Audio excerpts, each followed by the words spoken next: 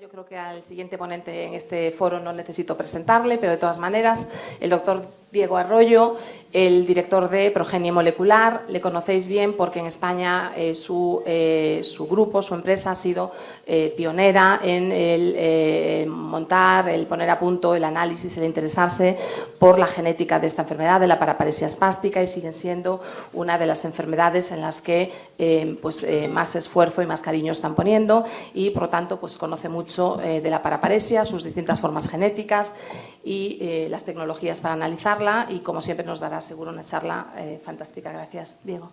Gracias. Me llamo Diego Arroyo, soy director del laboratorio Progenie Molecular. Somos un centro que llevamos trabajando en paraparesia espástica desde hace seis años aproximadamente, desde el año 2005-2006. Y bueno, el objetivo de esta presentación, en la que prácticamente voy a hablar poco de genética, es repasar pues la experiencia, el trabajo que hemos hecho durante estos años y mostrar la importancia que eso ha tenido tanto para los resultados que hemos obtenido de los estudios genéticos, como la trascendencia y la importancia que ha tenido para nuestro propio laboratorio, ¿no?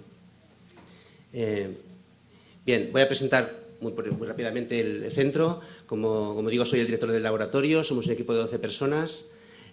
Somos un laboratorio, un establecimiento sanitario con todas las autorizaciones, tanto de la autoridad competente en establecimientos sanitarios, que es la Generalitat Valenciana, en este caso, porque estamos en Valencia, como la Agencia Española de Medicamentos y Productos Sanitarios. Bien, esto lo quiero remarcar porque últimamente están proliferando muchos laboratorios que realmente no son centros sanitarios, que no cumplen ni con las inspecciones requeridas por las autorizaciones, ni tienen, por ejemplo, un seguro de responsabilidad civil en el caso de que eventualmente hubiera un error de resultado, ¿no? Y que hubiera que, de alguna manera, cubrirlo. Tenemos también, nuestra actividad está regulada por 2 sistemas de calidad, 2 sistemas ISO. En fin, creo que somos un laboratorio pues que hacemos las cosas lo mejor que podemos. Realmente hace 6 años, cuando empezamos, estábamos más o menos como nuestra mascota de laboratorio. Este muñeco que tenemos ahí se llama Darwin y es nuestra mascota.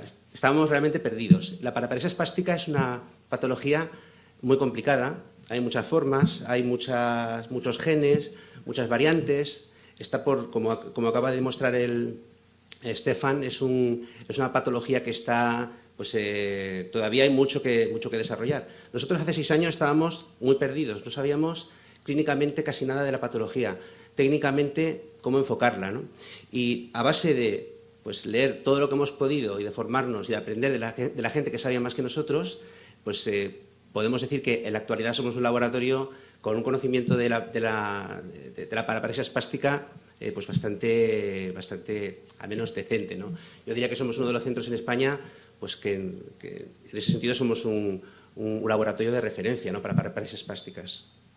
Bien, como todo el mundo más o menos sabe, un estudio de paraparesia espástica se inicia con una toma de muestra. A partir de ahí se hace un proceso que actualmente está absolutamente automatizado, que es una extracción de ADN, y después, mediante una serie de reacciones químicas y el análisis de las secuencias o de los fragmentos que se obtienen de esas reacciones químicas, se puede llegar a obtener un resultado, un informe clínico. Para que nos hagamos una idea de este proceso, se está automatizando todo lo que es la parte, digamos, química, ¿no?, de reacciones, etcétera, y cada vez se le está dedicando más tiempo, como antes se ha comentado, a los aspectos de interpretación, de manipulación de las secuencias, manipulación de los fragmentos y interpretación de lo que se ha obtenido en el laboratorio, porque muchas veces no se sabe si lo que se ha obtenido tiene algún significado o no lo tiene, ¿no? Nosotros podemos tardar entre 2 semanas y varios meses, un año, en hacer un estudio de una paraparesia espástica, en diagnosticar a un paciente de paraparesia espástica. Bien, siguiendo más o menos este protocolo, nosotros hemos obtenido estos resultados muy resumidos. Bien, apenas aquí lo puedo ver. Hemos estudiado 134 pacientes de paraparesia espástica, de los cuales 54 hemos conseguido diagnosticarlos. Esto quiere decir que tenemos un ratio de... Ay, perdón, estoy hablando... Es que no lo veo bien desde aquí. Sí, perdón. Voy a hablar primero de la población que hemos estudiado. Hemos estudiado 134 individuos, de los cuales 80 eran hombres, 54 mujeres. Esta distribución desequilibrada es normal cuando hay patologías que en algunos casos tienen base genética en el cromosoma X, ¿no? Como es el caso. Entonces es normal que haya más hombres afectados que mujeres. De esos 134 individuos, hemos estudiado 99 son casos índices y 17 son familias, es decir, están agrupados, y hemos estudiado pacientes desde bebés de 1 año a pacientes ya de hasta 78 años, que es el paciente con mayor edad que hemos estudiado.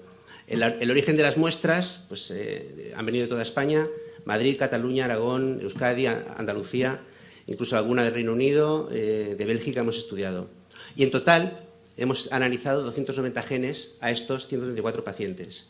Nuestro laboratorio en la actualidad estudia 14 genes diferentes. Los hacemos por 2 técnicas, que son las 2 técnicas que, más adecuadas para el estudio de la base genética de esas patologías, que son secuenciación, es decir, mediante esa técnica lo que detectaríamos son cambios puntuales en la secuencia de ADN, y luego utilizamos una técnica que se denomina MLPA, que no en todos los casos, en todos los genes está disponible, y que nos permite detectar pequeños deleciones, son pequeñas ausencias o duplicaciones en estos genes. En paraparesia espástica, prácticamente todas las mutaciones tienen que ver son de estos 2 tipos, es decir, o un cambio puntual en el ADN o trocitos de unas pocas bases, unas pocas letras que se pierden o que se ganan, y se detectan mediante esa tecnología de la que comentaba antes, que se denomina MLPA, ¿no? Bueno, utilizando esta combinación de secuenciación de ADN y MLPA, nosotros hemos obtenido los siguientes resultados. Un segundo. Hemos conseguido diagnosticar 54 pacientes, es decir, tenemos un porcentaje de éxito en el diagnóstico del 40,3%. Hace un par de años apenas superaba el 30%. Nosotros hemos ido aumentando el número de regiones analizadas y el número de genes, y eso nos está ayudando a cada vez acercarnos más pues, al 100%, que sería lo deseable, ¿no? De estos 134 pacientes que analizamos, 39 no están diagnosticados. Y el trabajo se ha concluido. Me gustaría indicar que en la mayoría de los casos en los que un paciente no se diagnostica, lo que sucede es que no tenemos autorización o el centro no quiere hacerse cargo de los costes que tiene el estudio genético. Son estudios abandonados más que fracasados, ¿no? Yo creo que la mayoría de esos estudios, si se pudieran concluir, pues, llegaremos a encontrar la mutación causante de la patología. Y, en cualquier caso, en la actualidad nosotros estamos trabajando todavía con el ADN de 41 pacientes, ¿vale? De los cuales muchos esperamos poder diagnosticar. Bien, respecto a los cambios que hemos encontrado, las mutaciones que hemos encontrado, o posibles mutaciones, hemos detectado 8 mutaciones que ya estaban descritas previamente en las bases de datos, ¿no? a las que se hacía referencia antes. Es muy importante disponer de bases de datos, porque la mayoría de los genetistas, cuando hacemos un trabajo en el laboratorio, nos encontramos cosas que son nuevas, ¿no? No sabemos cómo interpretarlas, ¿no? Y para eso hay que recurrir pues, a un estudio familiar, como también se ha comentado, etcétera. Pero sería mucho más rápido, mucho más eficaz poder buscar en una base de datos en la que se sabe que determinada mutación, determinado cambio, determinada variante que se ha encontrado en un paciente, pues está fehacientemente demostrado que es una mutación patológica. A nosotros esto nos ha pasado con 8 mutaciones de todas las que hemos detectado.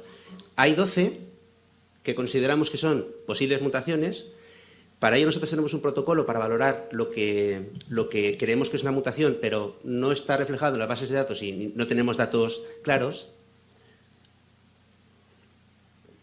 que consiste básicamente en hacer un estudio teórico de la trascendencia que tiene ese cambio en el plegamiento de la proteína. En alguna charla anterior lo he comentado. Los genes en sí mismos no funcionan, no hacen nada, traducen su información en unas estructuras que en la célula sí que realizan esa función, y esas estructuras son las proteínas, ¿no? Para los que no... las personas profanas en este tema, pues el concepto de proteína suena muy nutricional, ¿no? Pero en realidad las proteínas son los ejecutores de las instrucciones que están contenidas en los genes. Bien, nosotros hacemos un estudio teórico de cómo se reflejaría ese cambio en la proteína. Hacemos un estudio también valoramos si en otras especies cercanas, como por ejemplo en pantroglodites, en chimpancé o en otros mamíferos, ese cambio está conservado o no está conservado. Y también hacemos un estudio en población control, tenemos unos pools de muestras y varía entre 10 y 30 muestras las que procesamos en población no afectada y vamos a buscar si esa mutación, esa posible mutación que hemos encontrado, que consideramos que puede ser patológica, eso no es patológica. Bien, eso forma parte del protocolo que nosotros tenemos y que seguimos cuando nos encontramos algo que no sabemos lo que es. Pero realmente lo ideal es encontrárselo ya en las bases de datos y por eso es tan importante disponer de datos cuantos más mejor y cuanto mejor centralizados, pues mejor para todos, ¿no? Bien, también hemos encontrado lo que consideramos que son polimorfismos y no hay que descartar que algunas de las mutaciones, de los cambios que nosotros consideramos polimorfismos, en realidad sean mutaciones y también hemos encontrado pues, polimorfismos que de forma verificable se puede saber que son cambios no patológicos que están presentes en cualquier individuo de la población no afectada, ¿no? Bien, de esas, decía antes que de las mutaciones que hemos detectado, 7 exactamente no están descritas previamente, ¿vale? Y esas 7, de las 20, 7 indican que más o menos la mitad, aproximadamente la mitad de las mutaciones que nosotros hemos encontrado no están descritas. Lo que viene a decir es que en muchos casos las mutaciones en paraparesia espástica son mutaciones muy típicas de cada familia. Es decir, que no hay, como en algunas enfermedades, puntos calientes de mutación en los que se encuentran en determinados genes, determinadas zonas y determinadas mutaciones que casi siempre son la base genética de la patología en la mayoría de los individuos afectados. En paraparesia espástica podremos decir que hay un buen número de mutaciones, muchas mutaciones repartidas en el gran número de genes que hay asociados a paraparesia espástica y que en muchos casos son mutaciones propias de cada familia. Bien, respecto a las mutaciones, a pesar de que nosotros estudiamos de forma completa 14 genes, de forma completa por secuenciación y mediante esa técnica de MLPA, los que se pueden estudiar, que no son todos, solo hemos encontrado mutaciones en 7. La mayor parte de los pacientes con formas autosómicas dominantes hemos encontrado, como también está reflejado en la bibliografía, que tiene mutaciones en el gen SPAS, la forma 4 de paraparesia. En nuestro caso, incluso en una proporción más alta de lo que se suele reflejar. Nosotros hemos encontrado 70 y pico % de los pacientes que tienen mutaciones, de los pacientes con paraparesia espástica dominante, autosómica dominante, en el gen SPAS, ¿vale? La bibliografía suele reflejarse pues, en torno al 40, al 50%, pero no en nuestro caso. No sé si eso refleja nuestra propia población de individuos estudiados o refleja el tipo de valoración clínica que hacen los médicos que a nosotros nos envían los pacientes, ¿no? Cuando hablamos de paraparesias autosómicas recesivas, prácticamente todas las mutaciones las hemos encontrado en el mismo gen, en el gen SPG11, es un gen muy grande, y en un caso, una paraparesia, uno de los casos en el gen de la forma 15 de paraparesia, una de las formas más relacionadas con las paraparesias que tienen, además de los signos típicos de paraparesia, el adelgazamiento del cuerpo calloso. También hemos encontrado alguna mutación en el gen LUNOCAM, aunque no está bien, digamos, hay una cierta controversia respecto a si el gen LUNOCAM es un gen de paraparesia o es un gen de paraparesia y de otra clínica neurológica como puede ser hidrocefalia o síndrome de masa. Bien. Bueno, este trabajo que nosotros hemos realizado, además de aportar de la labor asistencial que hacemos, es decir, de aportar información para que las familias puedan evitar transmitir las patologías, nos ha permitido a nosotros tener una cierta actividad científica. Por ejemplo, hicimos un trabajo de fin de máster basado en paraparesia espástica familiar, con el título de Estudio Genético de Paraparesia Espástica Familiar en España. Nos ha permitido hacer una comunicación oral en la reunión anual de la Sociedad Española de Neurología, la comunicación que hizo el doctor Ignacio Pascual. Y ahora, en la próxima reunión que hay dentro de 3 semanas, vamos a presentar 2 comunicaciones, una oral y otra tipo póster. Y, por otro lado, una cosa de la que también se ha hablado, creo que es muy importante, es que nosotros volquemos nuestros datos en las bases de datos que se están generando, que ya existen en algunos casos y las que se van a generar en el futuro, para ayudar a que otros centros en otros países pues, puedan interpretar sus resultados en base a lo que nosotros ya hemos hecho, ¿no? Bien.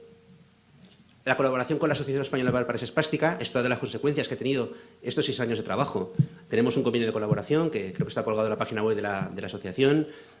Participamos en reuniones cuando me invitan, como es este caso, y también damos apoyo económico, pues, si es posible, pues a las publicaciones que se han realizado o a los eventos que se organizan. Bien, hemos organizado también, esto da una idea de la importancia que tiene para nosotros esta patología. Organizamos en el año 2009 el tercer congreso la tercera jornada de enfermedad genética y discapacidad que organizaba la Asociación Española de Genética Humana en colaboración con el Patronato para la Discapacidad. La Asociación Española de Genética Humana me encargó a mí organizar esa reunión, lo hice y quise dedicarle el tema a la paraparesia espástica. Y bueno, contamos con el apoyo también de la Asociación Española de Paraparesia Espástica, con el Patronato, en fin, la Asociación Española de Genética Humana, y estoy con el presidente creo que no se verá, me trae un puntero, pero allí no llega. Ahí el presidente de la Asociación Española de Genética Humana. Bien, de esta jornada surgieron pues una serie de publicaciones en los medios, ¿no? Aquí recojo algunas de las que recogí. Aquí, por ejemplo, a este lado se lee: un experto asegura que cada paciente tendrá en 5 años su genoma secuenciado. Esto fue una entrevista que me realizó una periodista de la agencia EFE. Yo no sabía muy bien dónde iba a salir, ¿no? Y de forma anecdótica puedo comentar que el domingo compré el periódico, lo compré por la mañana, lo doblé y lo dejé en mi habitación. Por la noche fui a cogerlo. La entrevista fue el viernes. Y el domingo por la noche, ya la jornada fue el sábado, yo estoy muy ocupado con la jornada, tal. El domingo fui a coger el periódico, lo abrí y leí el comentario, ¿no? Un experto asegura que cada paciente tendrá en 5 años su genoma secuenciado, ¿no? Esto lo dije en 2009, quiere decir que en 2014 más o menos debería ser así. Pero la primera reacción que tuve cuando leí la noticia fue que otro había dicho lo mismo que yo prácticamente el mismo día, ¿no? Y cuando empecé a leer la noticia me di cuenta de que efectivamente reflejaba la entrevista que me habían hecho a mí. Bien, este evento pues dio lugar, yo creo que es importante, a que la paraparesia espástica pues, estuviera presente en los medios. Creo que eso puede ayudar a todos, ¿no? A las asociaciones y a los pacientes, ¿no? Bueno, para finalizar la charla, en un laboratorio de genética, yo he dado algunas presentaciones de genética, desde luego mucho más formales que esta, y hablando después de mutaciones, de lo que nosotros trabajamos cada día. Pero he querido darle un aspecto un poquito más informal o más de curiosidades, ¿no? Y he querido poner 4 situaciones en las que nos encontramos a veces en los laboratorios y que son, bueno, pequeños incidentes que no tienen nada que ver con los incidentes habituales, ¿no? Lo habitual es que en un laboratorio, como en cualquier empresa, pues te falte un reactivo, se te estropee un equipo, etcétera. Esto dificulte un estudio. Y a veces pasan cosas tan curiosas como esta. Lo he querido poner en cuatro casos diferentes. Este primer caso hace referencia a una familia que vamos a llamar RM. A cada caso le he puesto un subtítulo. En este caso podríamos llamarle datos clínicos incoherentes, ¿no? Nosotros analizamos inicialmente al padre de la familia, es lo que se llama caso índice, es decir, el primer individuo estudiado de la familia, y le detectamos una mutación, la N88S, es una mutación del gen BSCL2, es decir, la forma 17 de paraparesia, y no estaba descrita previamente, pero en base a ese protocolo que comentaba antes de valoración de si esta mutación puede ser patológica o no, llegamos a la conclusión de que, bueno, parece que puede ser patológica. Lo ponemos así en el informe lo remitimos al médico y, a continuación, el médico nos remite a nosotros las muestras de 5 hijos de la pareja, ¿no? Y nos indica en el informe, en la historia clínica, que los 5 hijos están afectos, ¿no? Los individuos afectos están marcados en negrita, mientras que los no afectos están en azul, ¿no? Bien, nosotros analizamos las 5 muestras de los 5 hijos y nos encontramos que 2 de ellos son portadores de la mutación, los otros 3 no lo son, ¿no? Esto automáticamente nos genera pues, mucha inquietud en el laboratorio, porque ya hemos puesto en un informe que creemos que eso es una mutación, etcétera, y repetimos el trabajo, bueno, nos volvemos prácticamente locos. El resultado se confirma, o sea, hay 2 hijos afectados y 3 no afectados. A raíz de ahí, pues hablamos con el médico. Claro, nosotros antes de hablar con el médico hacemos muchas cosas en el laboratorio, ¿no? Entonces, cuando el último recurso ya es decir, oye, que a lo mejor nos hemos equivocado. es lo que hacemos. Hablamos con el médico y le comentamos la situación y la situación nos dice, bueno, es que en realidad lo que pasa es que para que la gerencia del hospital nos autorice a hacer los estudios he tenido que poner que los 5 hijos están afectos, pero solamente están afectos 2 de ellos, ¿no? Y claro, bueno, pues es una circunstancia con la que es muy difícil esperarse, ¿no?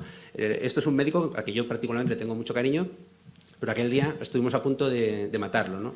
Entonces, bueno, tuvimos que rehacer nuestro árbol familiar y sacarle el marcado de individuos afectados a los 3 hijos que no lo estaban. Otro caso curioso es un caso que además es uno de los que vamos a presentar en la reunión anual de la Sociedad Española de Neurología dentro de unas semanas. Es la familia que podemos llamar BL, y que es subtitulado como 20 años de trabajo. El neurólogo que lleva esta familia lleva 20 años tratando de caracterizar la base genética de la patología. Nosotros, después de también muchos años de trabajo, encontramos que, partiendo del caso índice, esta familia tiene una forma de paraparesia autosómica recesiva, es decir, tiene una mutación en cada uno de los 2 alelos, es decir, había que localizar 2 mutaciones. Una de ellas es de tipo mutación puntual, es decir, se detecta por secuenciación. La otra es de tipo deleción, pequeña deleción, es decir, se detecta por la técnica de MLPA. Y después de hacer el estudio al caso índice, pues pensamos que habíamos localizado la base genética de la patología. Nosotros ampliamos el estudio a los 4 hermanos que nos constaba que eran hermanos afectos y vemos que de los 4, solo 3 eran portadores de las 2 mutaciones, ¿no? Nos vemos otra vez en la misma situación, ¿no? ¿Qué es lo que pasa? ¿Cómo puede ser que, teniendo muy claro que era la base genética de la patología, no encontráramos explicación a lo que pasaba? Y después de hablar con el hospital, lo que sucede es que este hermano que está señalado aquí con la N, en realidad está afecto de una enfermedad genética, pero no de esta. Pero nosotros en el informe nos ponían que eran 4 hermanos afectos de enfermedad genética, ¿no? Bueno, luego pudimos comprobar en los padres que efectivamente uno de los 2 padres tenía uno de los alelos afectado de una forma y la madre tenía el otro alelo afectado de la otra forma. Bien. Un caso que he querido poner es que podemos subtitular como disputas familiares que dificultan el trabajo, ¿no? El trabajo de un laboratorio de genética. Bueno, nos llega una familia a la que le estudiamos el caso índice. Esto es una familia del 2007. A esta familia le localizamos una mutación también no descrita previamente en el gen SPAS, en espastina, en la paraparesia autosómica dominante tipo 4. Y, bueno, llegamos a la conclusión de que esta mutación nueva, pues tiene este cambio, tiene muchos puntos para poder ser considerado una nueva mutación. Bien.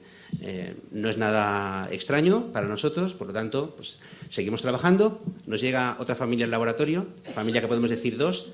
A esta familia le estudiamos el caso índice y en el año 2008, un año más tarde, le encontramos una mutación nueva en el gen SPAS, la paraparesia espástica tipo 4, y es la misma mutación que la familia anterior, ¿no?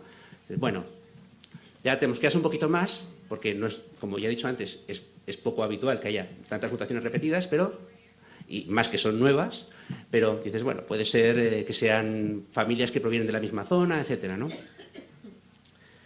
Un año más tarde, volvemos a estudiar un caso índice, en el año 2009, y nos encontramos otra vez la misma mutación nueva en el gen SPAS de la forma 4 de paraparesia espástica. Claro, la tercera vez ya nos pareció demasiado, ¿no? En realidad lo que pasaba, después de recabar más datos y de reconstruir los árboles genealógicos, era que lo que en principio eran una familia, en realidad son, 3 familias, en realidad es la misma familia. ¿Qué problema tiene esto? El problema que tiene esto es que en lugar de estudiar un caso índice y, por lo tanto, y a partir de ese caso índice poder extender ese estudio, el estudio de esa mutación al resto de la familia, pues lo que tuvimos que hacer es estudiar 3 casos índices por separado, con el coste que eso supone, el tiempo que eso supone, etcétera. La base de este problema era que, por lo visto, aquí había miembros de esta familia que entre ellos no se hablaban, ni siquiera le decían a los médicos que había otros familiares afectos en otras zonas alejadas, digamos, del árbol familiar, ¿no? Entonces, bueno, pues estas son circunstancias con las que, desgraciadamente, a veces nos encontramos también. Bien, y un caso ya el último, sería el trabajo más sencillo que se puede hacer y también lo quiero poner pues para que tratar de transmitir cómo trabajamos nosotros, a pesar de que somos una empresa privada, de que vivimos del trabajo que hacemos, es decir, cobramos las pruebas que hacemos, les cobramos a los particulares, les cobramos a los hospitales, pero yo creo que eso se puede hacer también desde un enfoque ético del trabajo. Esa es una pareja joven que acude a nosotros porque quieren tener hijos, él está afectado de paraparesia espástica, un hermano suyo también y su padre también. Todo apunta que es una forma dominante de paraparesia. Se le está realizando un estudio genético en un hospital de Valencia. Nos dice qué formas de paraparesia se le están estudiando. De todas formas, la pareja está muy cansada porque llevan muchos meses sin decirles nada, creen que se han olvidado de ellos, etcétera. Y entonces nosotros valoramos su caso, le pasamos un presupuesto, proponemos hacer el estudio del gen de paraparesia espástica tipo 3, por las características que me indicó. Era justamente el mismo gen que se le estaba estudiando en este hospital de Valencia. Aceptan el presupuesto, se le sacan sangre, tenemos la sangre en el laboratorio y yo no estaba tranquilo pensando que a esta pareja, o a él en particular, se le podía estar haciendo ese mismo estudio en Valencia, que se van a gastar un dinero, que, en fin, era trabajo repetido. Así que insistí en que me dejaran tratar de localizar al médico para ver si el médico me decía algún dato. Bueno, es lo que pasó. Localicé al médico, el estudio estaba finalizado. Por un problema administrativo no se les había comunicado, pero estaba ya el informe redactado, la mutación se había encontrado, etcétera. La pareja, pues, se lo comuniqué, se pusieron muy contentos. Bueno, nosotros esa prueba no la cobramos, pero por lo menos pues me regalaron una botella de vino, ¿no? Bien, para acabar ya, presentar a mi equipo, parte de mi equipo. Como pueden ver, estoy muy bien acompañado, y no solamente porque son todo chicas guapas, sino porque realmente son muy buenos profesionales.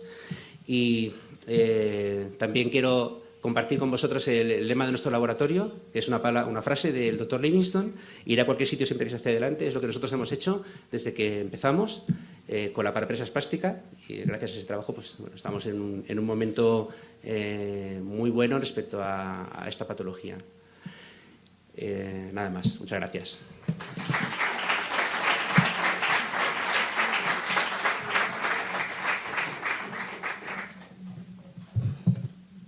Muchísimas gracias, doctor Arroyo. Muchas gracias especialmente por tu brevedad y concreción. Yo creo que nuevamente pues, ha puesto sobre la mesa algunas cuestiones de enorme importancia que se dan cuando estamos hablando de análisis genéticos de familias y tomas de decisión importantes, y seguro que tenéis un montón de preguntas. 3 minutos para preguntas. Por ahí. Cuando queráis. Luego detrás, tú y luego alguien detrás. Bien. Necesariamente a nivel familiar, cuando hay más de uno de los familiares afectados, toda la familia puede tener ese mismo gen, pero no desarrollarlo, y luego hereditariamente, con posteriores descendencias, se puede volver a desarrollar. Bueno, depende del tipo de herencia. Eso, lo primero cuando una familia o un paciente llega a un laboratorio, lo primero que hay que ver es qué tipo de herencia parece que tiene esa familia, ¿no? Las herencias están se puede prever con bastante precisión qué es lo que va a pasar, pero puede parecer caprichoso la forma en que se distribuyen, ¿no?, los genes o las mutaciones. Puede ser que una generación no manifieste la mutación y la siguiente sí, o depende del tipo de herencia. En principio, con una forma recesiva de la mutación puede haber muchos familiares que son portadores de la alteración y no lo saben. Con una forma dominante, pues, quien es portador de la mutación puede que no lo sepa porque todavía no se ha desarrollado la patología, pero tarde o temprano esa patología se va a desarrollar. Y con una forma ligada al X, pues ya depende de que sea un hombre o una mujer, manifieste o no manifieste los síntomas de la patología, ¿vale? Pero necesariamente todos lo tienen y uno lo desarrolla, ¿no? Yo lo que recomiendo siempre es que, y más en una patología que tiene consecuencias, en muchos casos, tan graves y tan tristes como esta, ¿no? Yo lo que recomiendo siempre es que todo el que pueda se haga un estudio genético y sepa si es portador o no portador de una mutación. Hacerlo, además, a partir del estudio del caso índice, es decir, cuando se conoce la mutación del primer estudio, el resto de los familiares, hacerlo es relativamente rápido y poco costoso. Yo creo que no tiene ninguna discusión. Para mí es fundamental hacer un estudio genético tan amplio como sea posible, tan amplio. También es verdad que, analizando el árbol familiar, es posible que haya ramas de la familia que se sabe que van a estar fuera o sea, que no van a compartir la mutación con el caso de índice. Entonces, en ese caso, ¿para qué hacerlo, no? Pero si hay un riesgo de que sean portadores, yo creo que hay que hacerlo. ¿Hay otra pregunta por ahí atrás?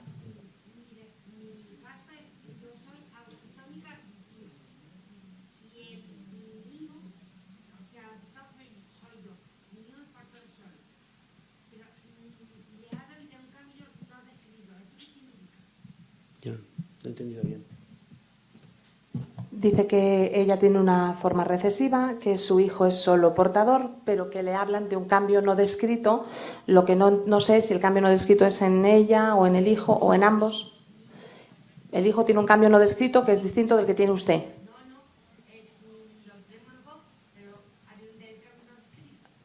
Entiendo que ella tiene dos cambios, uno de ellos no descrito y el no descrito lo tiene el hijo. ¿Y eso qué significa? Vamos a ver, si tú, te voy a tutear, tienes una forma recesiva de paraparesia, tienes que tener dos mutaciones, una en cada alelo, ¿vale? Puede que la que no ha sido descrita sea una mutación o no. Si no es eso, hay otra cosa, ¿vale? Que la tienes que tener. Entonces, lo primero que hay que hacer es caracterizar bien si esa mutación, esa mutación no descrita es realmente o no una mutación. Eso se puede hacer mediante aproximaciones, en algunos casos teóricas, o con un estudio familiar amplio. En los casos de paraparesia recesiva, a veces es difícil hacer un estudio genético, o sea, valorarla de forma familiar, porque en muchas ocasiones las mutaciones no aparecen hasta, en fin, están repartidas de una forma muy repartidas en la familia. No puedo decirte,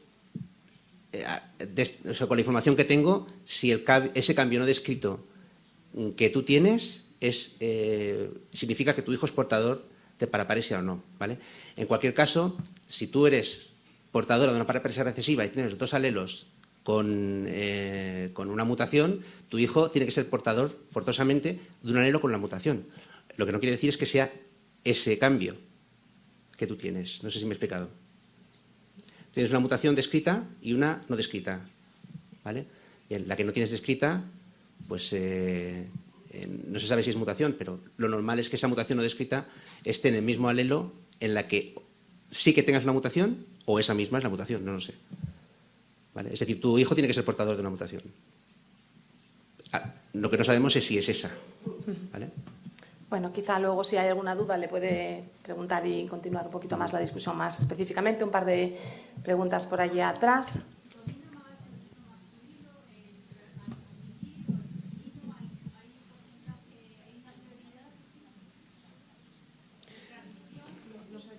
El micro.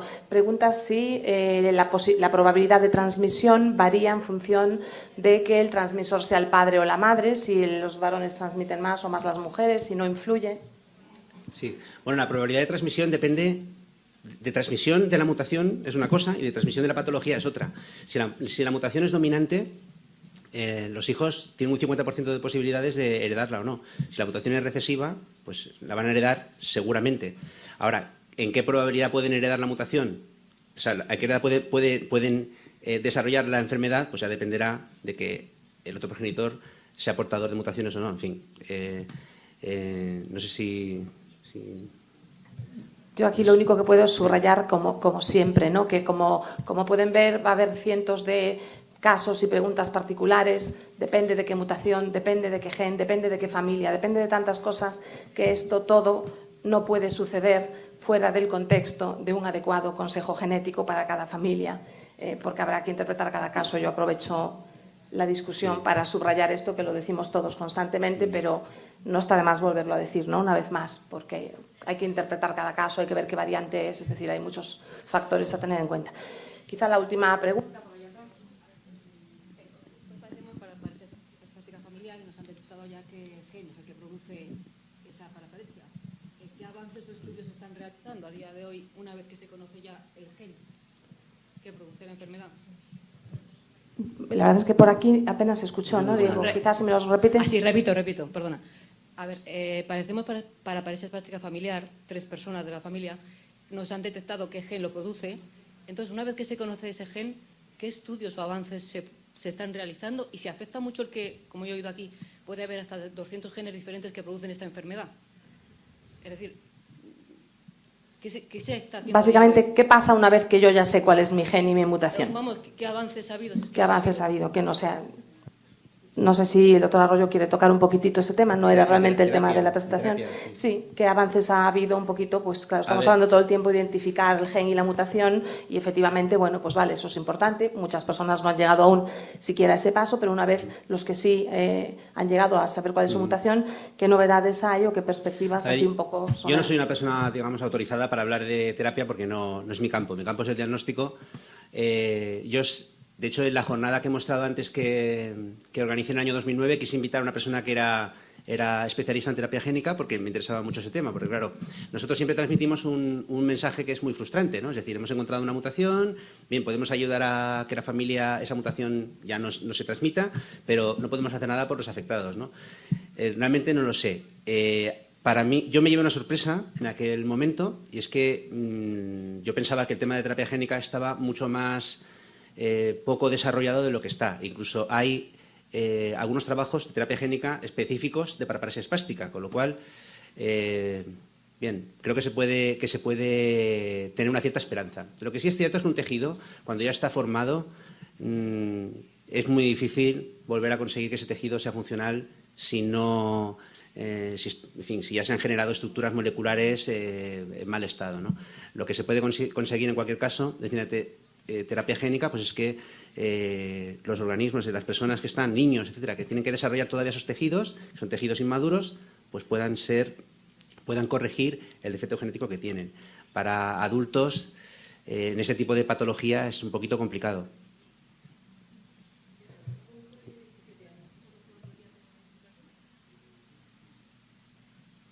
No digo nada. Dice que para una persona concretamente de 17 años, ¿qué solución podría tener? Me sabe mal hablar de cosas que no sé, pero me sabe mal, la verdad. Yo creo que la terapia génica posiblemente va a dar muchas soluciones a muchas patologías, pero va a ser difícil que las dé para patologías como esta en adultos. Un chico de 16 años, desde el punto de vista fisiológico, es prácticamente un adulto, ¿no? Es complicado, ¿vale? Pero me sabría mal decir algo que no forma parte de mi especialidad y, por lo tanto, puedo decir cosas incorrectas, ¿no? Me da la impresión de que es difícil, ¿vale? Vamos mal de tiempo. Están aquí los siguientes presentadores, ¿no? Las siguientes, la última participación. ¿Cómo no los veo por ahí?